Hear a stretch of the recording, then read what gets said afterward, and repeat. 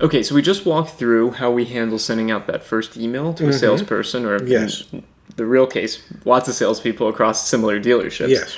How do we handle the situation if we want to make a phone call, Dad? What are the few things that we should be mentioning? Similar to the email, I imagine? Very similar to the email. Mention to whoever you speak to on the phone who you are, what it is you're trying to do, and what time frame you're trying to do it in.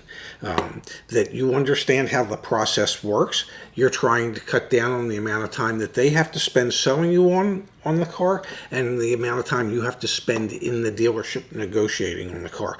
Your goal is to let them know those parameters, and that you want to say to the salesperson, what I would like to do is I would like to set up an appointment so that I can have your undivided attention when I come into the dealership, and we can have everything set up. If there's one or two cars that I want to look at, you can have them pulled up front, and we can cut down on the amount of time and running around that we would have to do. So unlike with the email, if you're making a phone call, the goal of the phone call is to get the appointment. Is to set an appointment, which will shock the shit out of the salesperson.